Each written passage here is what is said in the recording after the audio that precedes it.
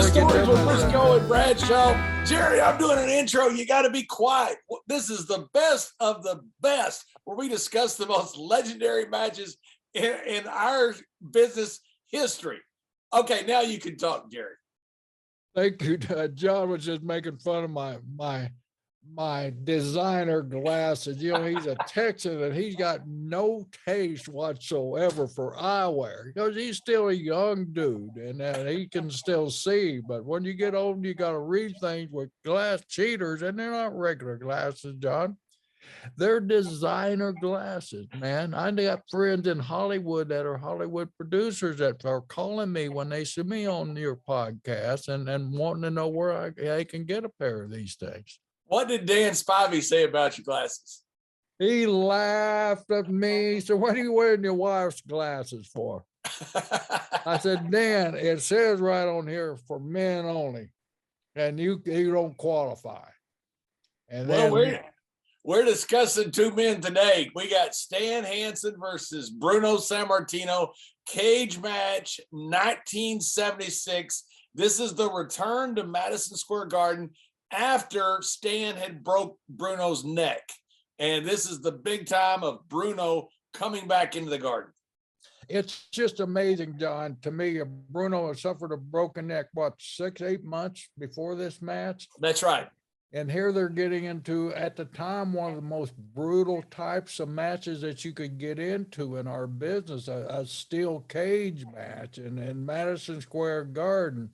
And it was their first return in the Garden, let alone a steel cage match, since Stan had broken his Bruno's neck in the Garden to begin with. So it's quite amazing to me that the punishment that Bruno takes. But you know, a cage match, there's been a lot of different rules during the time. As you like to say, I'm older than water, so I wasn't around like our brother Bruce that knew the first two participants in a cage match. And I always thought if it didn't take place in Texas, as you tell me, it didn't take place. But where did the first steel cage match take place, John? Atlanta, Georgia, 1937. I think it was July 2nd. It was Jake Bloomfield and Count Rossi had the first cage match, and it was kind of a circular cage, kind of like the UFC octagon or the Lions Den, Shamrock that they made for he and Blackman to have that fight. But it was chicken wire that was put around it, barbed wire that was put around it, and made the ring into kind of something completely different. Yeah, it looked like an old style chicken coop that we know back there in the Southwest, back around home, where the folks put their chicken in, they lay their eggs, and you go out every morning and you get those fresh eggs off of the nest there. But it was a little bit more sturdier than that, but the cage matches really evolved. And we were discussing a little bit earlier the different rules. When I first started in the wrestling business, John, if you went out over the top or you went through the door, you were disqualified. You had a steel cage match to keep people out. If you had a manager like Jimmy Hart or Scandor or Jimmy Cornette or Paulie Heyman or any of these guys, they were always wanting to get involved and do harm to their protege's body, so opponent. So it was to keep people out. Or if you had a heel like a Texan like you or a Murdoch or some of these guys, other guys, when they go and get hot from an Okie, you ran out of the ring and you got counted out to avoid getting your butts beat. So we said, went to the promoter, okay, let's keep these Texans in and let's erect a steel cage. So that was the original purpose in my time. But this just shows you how the business evolves. It was to keep a manager out or a Texan in so you can kick his ass. But it must have been in the North, it must have been different because this was around 1976. So people were already, you listen to the crowd, every time Hansen tries to escape, the crowd goes crazy. So they're obviously conditioned to see this.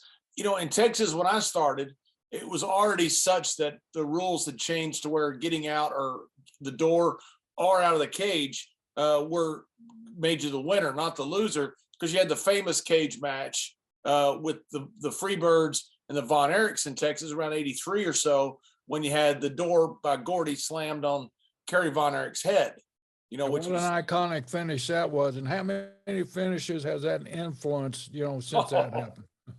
and it was so good, you know, because Gordy was not looking, so you don't know if he did it on purpose. You don't know if he didn't do it on purpose. According to storyline, it was just so well done, and nobody had seen anything like that at the time. Nowadays, everybody's saying, "Oh, let's do the Kerry Von Erich door finish." Yeah, well, let's get started in this match. And bear in mind that Bruno Sammartino, this is his first real physical match since a broken neck. He'd had a few matches before, but brother, they introduced Stan Hansen at 312.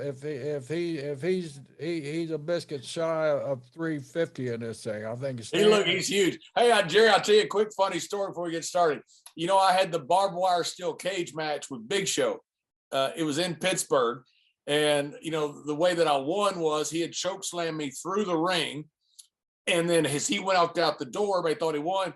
Well, I'd gone through the ring, so I crawled out underneath the apron and I put my hand out, and I won the cage match because I was out of the cage first. Well, the night before, they want to rehearse the spot, you know. So Big Show, I'm completely blind. He's on the top rope. He's got to put me right in the right spot. If not, I'm hurt pretty bad, because they had everything reinforced around it with the cage, you know, with the bottom that was false, that they were going to move during the match. So right before the spot, Big Show walked over the door that was fixed and then threw me through it. So it looked tremendous, but you know, obviously somebody on the ring. So we're going to rehearse it the night before. So I go get up on the top rope. Big Show is going to put me through the ring, and Kevin Dunn yells out, "Stop, stop, stop, stop, stop. John, if you get hurt, we got no match tomorrow." And he says, "So you can't practice your own stunt," which is fine with me. I didn't want to do it anyway. So we turned to Ellis, who we both love very much. And Ellis said, "Look, I think you'll probably be all right." I said, "I'm probably be all right." I said, "Well, we need somebody to do it." I said, "Ellis, do you want to do it?" And he goes, "Well, no, I'm not big enough." So Ellis wouldn't do his own stuff. So Fit Finley, who had been at a pub, had a few drinks. We did it the night before, like at 11 o'clock. He gets up there in his suit, dress pants, everything, and Big Show choke slams him through the ring the night before just to see if it worked. And sure enough, it worked perfectly. And Finley went back to the bar and finished his pint. That's right. And the next day, it worked absolutely perfect. And Big Show put me right, I mean, perfectly where I was supposed to be. You know, he took good care of me. That show was like that. Yes, sir. And so we'll get started on this match. But you just proved my point. You were running out of the cage like a Texan, just like I told you. Well, it wasn't my fault. A giant threw me through it. Okay, Don, it's your story. That is my story. Okay, you at 0? Yes, I am. All right. And we're gonna, now listen, we're going to do it at 3, 2, 1, go. But so when I wait till go, but we're not count down first. Okay, are you ready? Of course I'm ready. 3, 2, 1, go. Okay, say 1, 2, 3. No. You know, these old cages were rotten.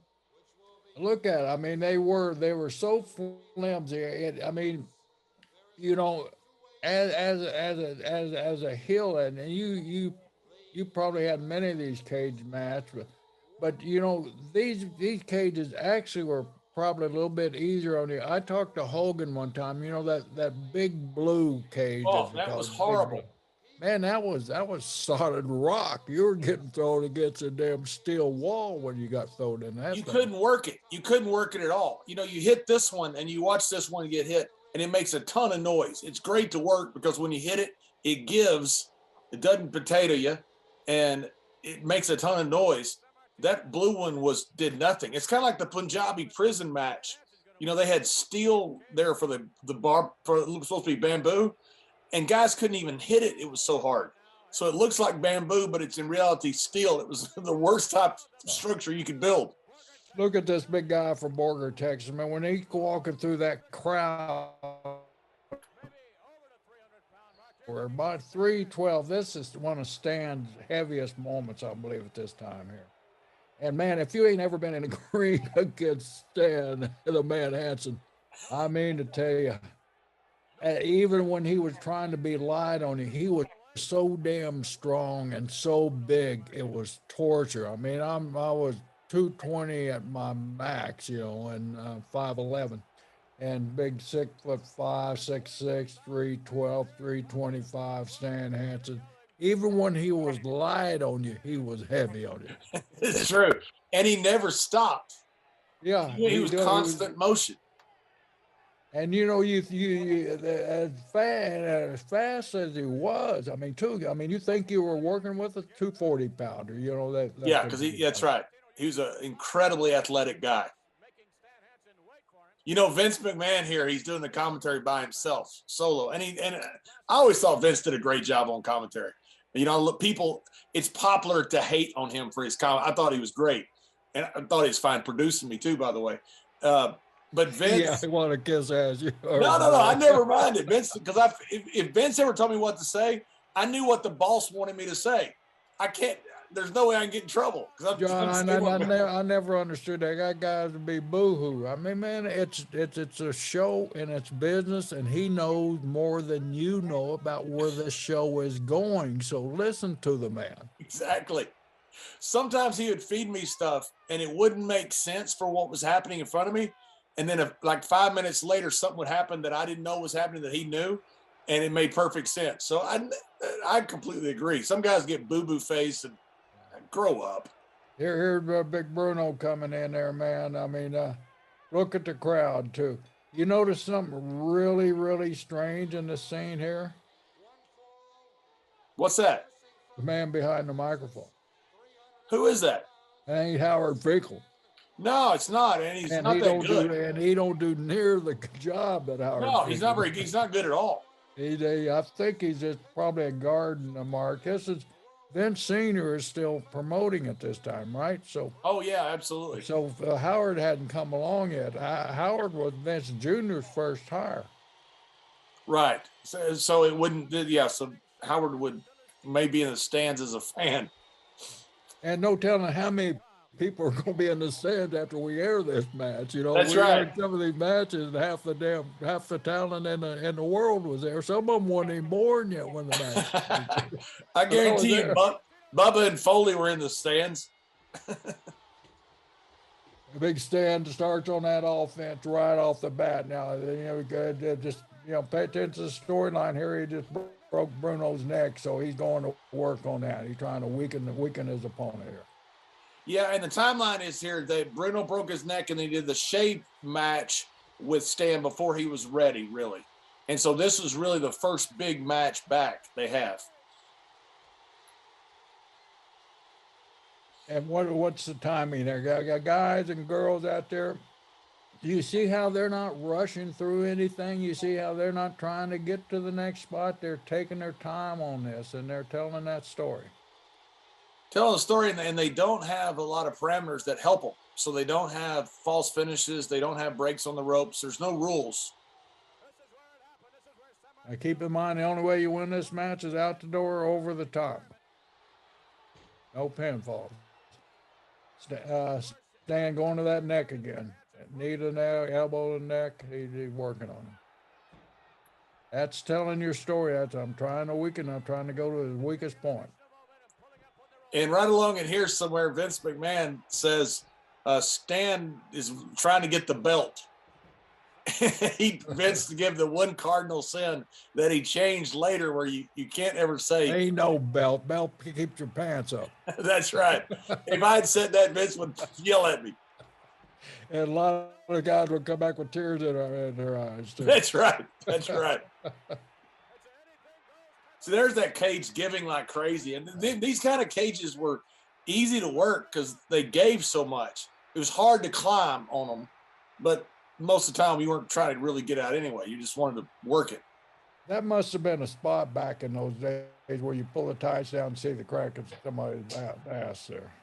Yeah, because you see it in all the old cage matches. Yeah, Terry used to do it, Dusty, and who wanted to see Dusty's ass? Who wanted to see Terry Funk's ass? And who wanted to see Stan Hansen's ass? But I guess, and what's funny is the answer is no one, But the entire crowd cheers. Oh, they love it, man. I have no clue who the referee is on the outside there.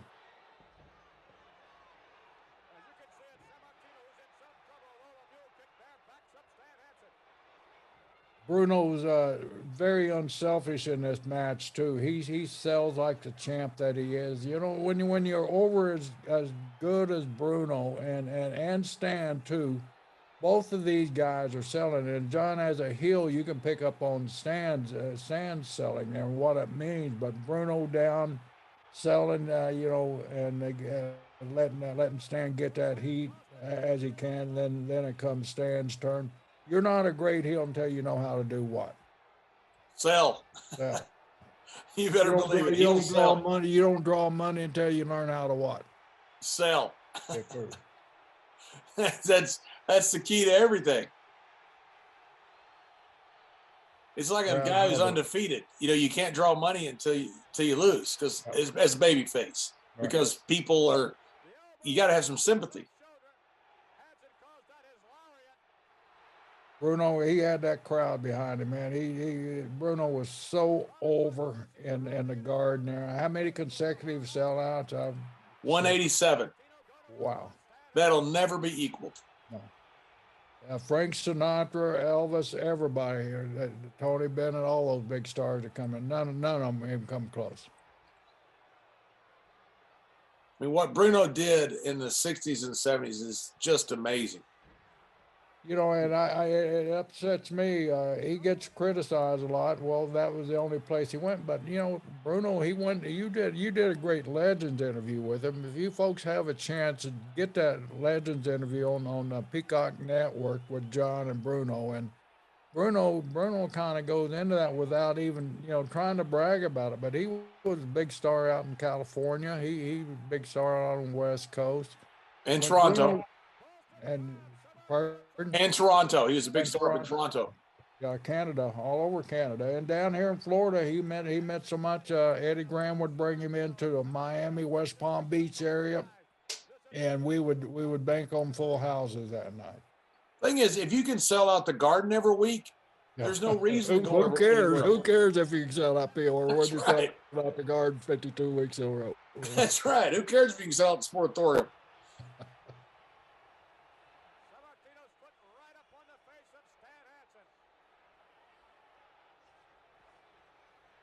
You know what I really like about this match? It's a steel cage match, and it got to a while where it was just it's automatic, but they wait until they got the proper heat to get the color on the stand. That's right. They wait almost till the very beginning or anything like that. They know it's coming. The fans know it's coming, but they make them wait for it. And they make them at the right time get it. They get it. And this is some Dick Murdoch influence right here. I guarantee it. Oh, tell me, yeah. That's got Murdoch written all over it. Stand hang on the ropes like that. West Texas right there. How many times did you see Terry Funk do that exact same thing? Exactly. All these people that watch Terry all the time. That's some not taking anything away from Terry. Not taking anything away from because it's a great ass spot. Layfield, you probably did it a few times. You better believe I did it. Absolutely. When I interviewed Bruno, he told me, he goes, "You Texans," he said, "Bobby Duncombe Sr., I tagged with his son, Junior. Bobby Duncombe Sr. came up and broke his arm, and then Stan comes up and breaks his neck." So he says, "You Texans," because I don't want to wrestle any of you anymore. That kind of proves my point. You guys are dangerous. Yeah. And here you go trying to get over the top. Typical Texan. And this is the typical heel babyface. It's the heel that is trying to escape all the time. Yeah. You watch Bruno doesn't until he wins. Yeah.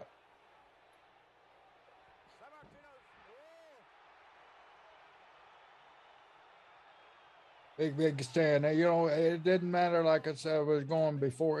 It didn't matter what size you were. Stan was a businessman in that ring, and he sold accordingly. I mean, and that's the reason Stan was so huge star and money draw everywhere that he went, is because he knew how to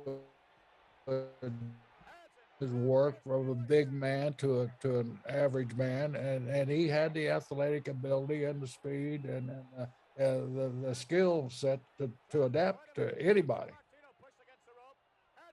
Yeah, when we had Morocco and he talked about seeing Stan work with Andre and then Dynamite Kid a couple weeks later, and they both were great matches and two complete different dynamics.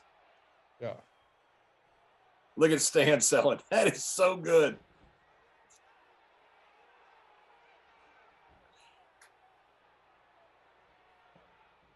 Bruno, to his credit, never held it against Stan. He could have never held it against Stan. Just a mistake. It was a scoop slam that he broke Bruno's neck on. We're all fortunate. I mean, and that just shows you what kind of person Bruno was. And you had that hour, and I tell you, you had that hour to interview him on that Legend show, and that had to be a thrill for you because Bruno is a legend. Just to hear him talk and just sit there and gain knowledge of him while he's in the same room. It was so cool because Jerry, he remembered things like it was yesterday. He talked about hiding from the Nazis in the Abruzzi Hills in Italy with his mom. He's at the time the Nazis lined him up to execute him, and his mom says, "Hey, it's okay. We're not going to be cold anymore." And somebody jumped the Nazis and killed them, and that's what saved their lives. But he remembered it like it was yesterday. And to hear this legend telling these stories, and finally we broke at one point, and he turned to me, and goes, "Are my answers okay?" I just started laughing. I said, "You're Bruno Sammartino. You can say whatever the heck you want to say." Yeah. What a man, though. What a man. What a story. And just so nice. He sat there and told me, he goes, "I've watched you." And maybe he had watched just to kind of, do a little homework on me, but it was so kind what he said. And he said, "I saw your match with so-and-so." It was just, I'm thinking this is one of the greatest of all time. It's unbelievable how humble and giving he was. Yeah. I've been around Bruno a lot, but I never really got to know him. And we were in WrestleMania in Orlando. I think it was his last WrestleMania, matter of fact.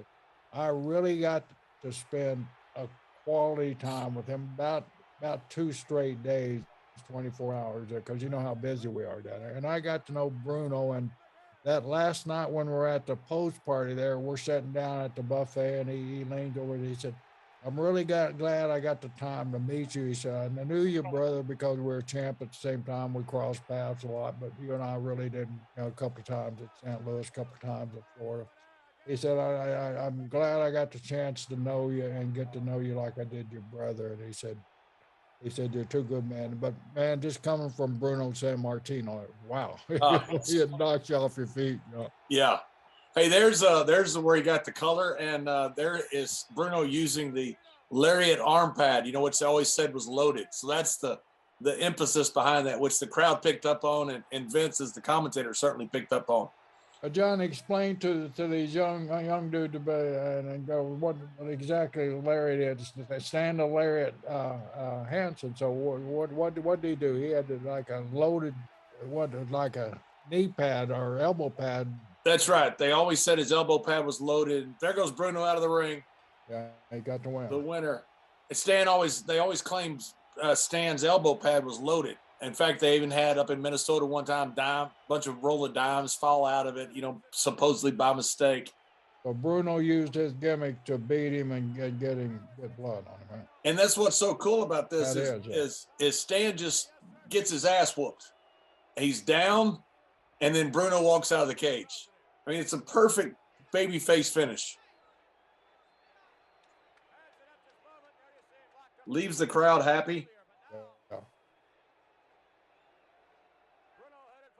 All right. And you look at this as a fan. I mean, this doesn't hurt Stan at all. No. And that's the thing about being a heel and getting your heat and doing a job. It doesn't matter as long as you're a good heel. Look at Hansen here, holding up his elbow pad that supposedly his gimmick that he was beat with. That's right, that he was beat with.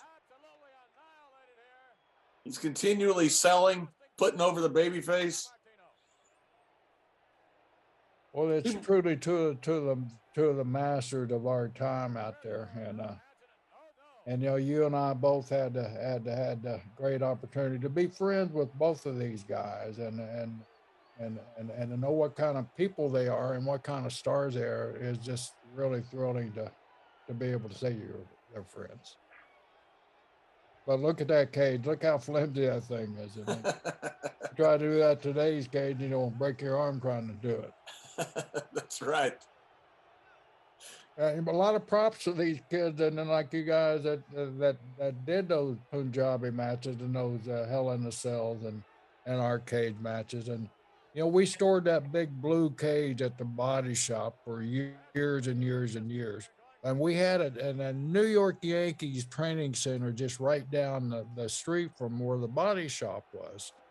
So you had to pass our shop sometime to get to Yankee Stadium. So they would see that big blue cage out there. And after the Yankee game, spring training game, a lot of those fans would come down to the body shop and want to take pictures with Jack and I and the steel cage there, because that big blue cage was so famous there. It was kind of a tourist attraction there.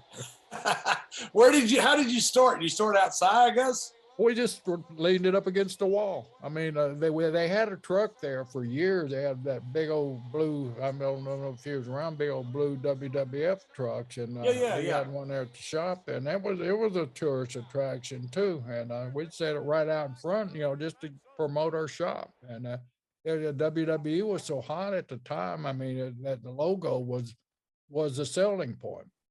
So especially during the Yankees spring training games. Like I said, Steinbrenner Field's just right down the street there. And plus, we did a lot of the Yankees cars. We did Reggie Jackson's car. We did a lot of those guys' car, and Lou Piniella and George Steinbrenner's car. We did his cars, and but yeah, the tourists and the fans from the spring training games would come down the shop and want to take pictures of Big Blue. That blue cage was the worst idea ever. There's nothing you could do with it. You couldn't work it. You couldn't do anything. You could climb it easy, but that was about it. Yeah, and you know why they had it, don't you? Because Bundy couldn't climb the damn cage. I heard that. Yeah, so they made the whole new cage. You heard right. That was the reason the Big Blue came into existence. King Kong Bundy was so big, and so King Kong he couldn't climb that cage, and so they made the Big Blue, those big squares that he could get those big wide feet. Well, obviously know what they do now a lot with the guys who climb the cage is they cut out a couple wires, make the footholds bigger. Yeah, when you were letting Ellis trade secrets here, and Ellis, you were killing the mystique here. But yeah, when you see those holes in those cages, that don't mean there's bad maintenance on those cages, because they're not. They take care of those cages like they do everything else there. But those holes there, as John said, or what, John?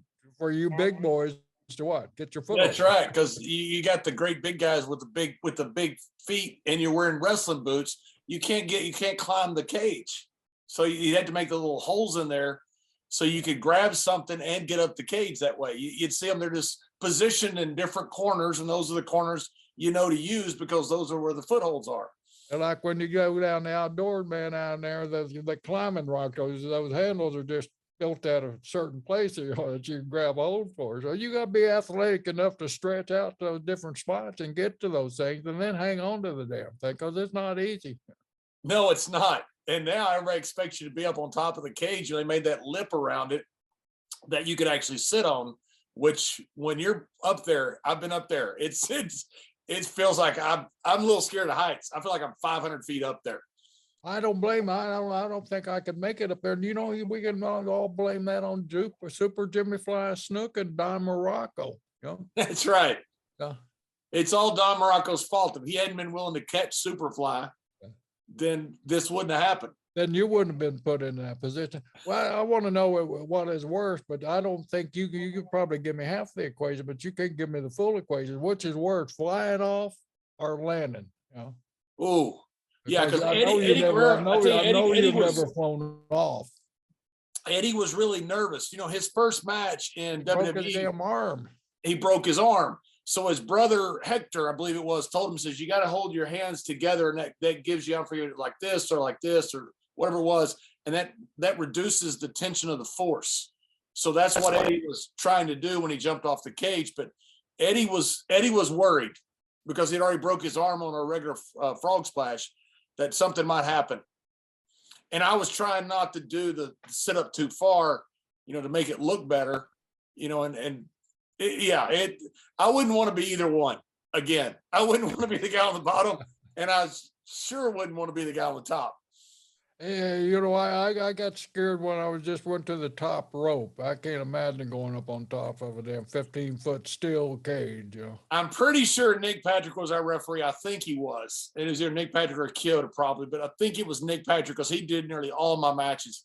And Nick asked me as soon as Eddie hit me, he goes, "Are you okay?" And I said, "Can't feel nothing. Tell him not to cover me." Yeah, because I knew I couldn't kick out. I couldn't feel half of my body. He'd hit me so hard. And Nick told Eddie, he goes, "Just be calm, don't go too fast." What he's trying to tell him is don't cover him because he can't kick out. Wow. Well, John, this is amazing. We made it through to number 3 here, episode 3, and check out the other 2, man. They're the screw job with Chief Don Eagle and Gorgeous George, and who did it benefit? And then we opened up with who'd we open up with? Pat O'Connor and Buddy Rogers from 1961 Comiskey Park, when they drew the biggest crowd that had ever been drawn in professional wrestling history, which lasted until 1986, until the Toronto Super Show ended up breaking it. And if you folks like this stuff, just give us that check mark on there and hit the like button and give us some feedback and let us know what you guys would like to watch here, because we're completely open.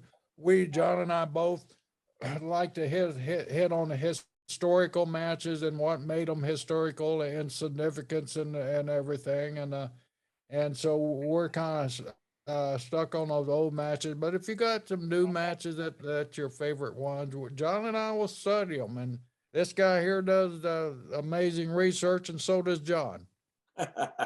That's right. We love doing our research. We love doing our history. This was one of the biggest the match of the year in '76. A lot of people said was Stan and Bruno, and then Bruno goes on to have a little bit more run. That's when he's kind of ready to quit, and he's only wrestling a couple times a week because Senior asked him to come back, and that was kind of his deal. You were telling me before we went on, he was at all stages of retirement, right?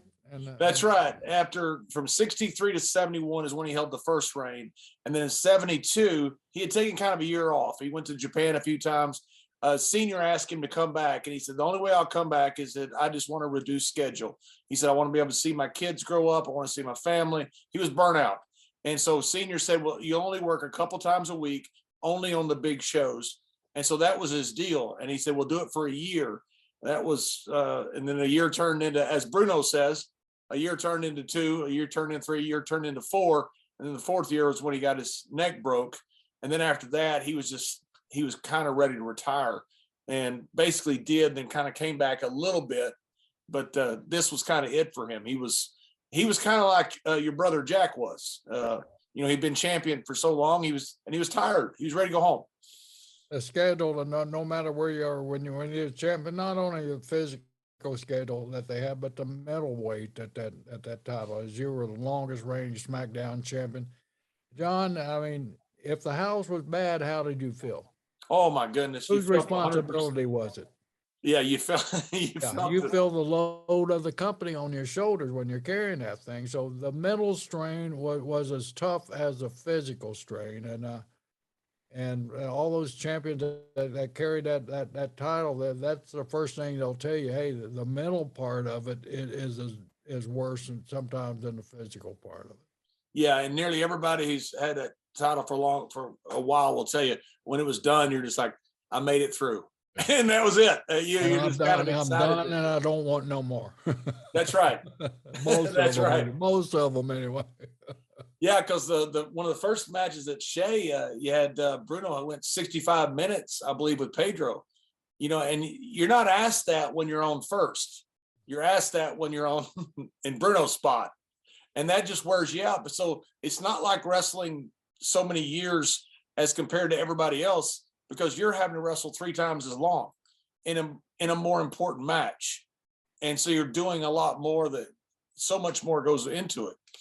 And too, John, and you probably have some of the same story, but Jack used to tell me, and then Bruno, while we were over in Orlando, told me, and because I was telling him some of Jack's issues, you're in a strange building, strange place, and everything. You're on last, and you're going 65 minutes.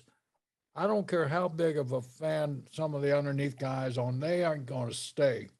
And That's right. even if they do stay, by the time it takes you to get back to that dressing room, they're gone. So 9 times out of 10, you're out there. You just busted your ass, and you might have had the greatest match of your life, and you go back to the back, and you're expecting a couple pats on the back, and there ain't nobody in the damn dressing That's room. right. And you're There, all alone, and Bruno, and that was Jack, one of Jack's big pet peeves. I would bust my ass in these little territories, and I come in the back, and there ain't nobody there. To tell me good match or good job, way to go. Everybody's yep. gone. They're 30 minutes down the road already to Yeah. the next town. And so that mental aspect of it too is such a heavy load for guys like that. Yeah, that's why it's so amazing what a guy like Bruno did to hold a title for that long and sell out the Garden as many times he did. There'll never be another Bruno. I don't know where Bruno fits in, say, against, say, Hulk Hogan or Stone Cold or Rock or Cena or Flair, but there'll never be another Bruno. Who cares where they fit in against those guys there? Who can fit in against a Ric Flair? Who can fit in against a Hulk Hogan? They don't even fit in against each other because they were two completely different types of workers, two completely different types of territories and stuff like that. They were both, all of those names you mentioned, they were all great, bottom line. That's yeah, every single one of in them with each other. To me, that's where they fit into each other. They were all that's right. That's right. Then they can all go to the bar and basically rib each other, but they were all better than. And the older they got, the better they got too, man, which is great too. That's right. Well, we hope you enjoyed our show, Bruno Sammartino versus Stan Hansen back in 1976. A lot of history went into this. Don't forget to check out all our playlists. We have a Stan Hansen playlist. We have Bruno playlist. We have Gorgeous George playlist, the Brisco Brothers playlist, all the great matches. And we're breaking down our analysis is going to be right there along with it. So our channel's become a real destination for wrestling fans. For Mr. Gerald Brisco, Oklahoma's favorite son and the WWE Hall of Famer, and me, Bradshaw, thanks for joining us.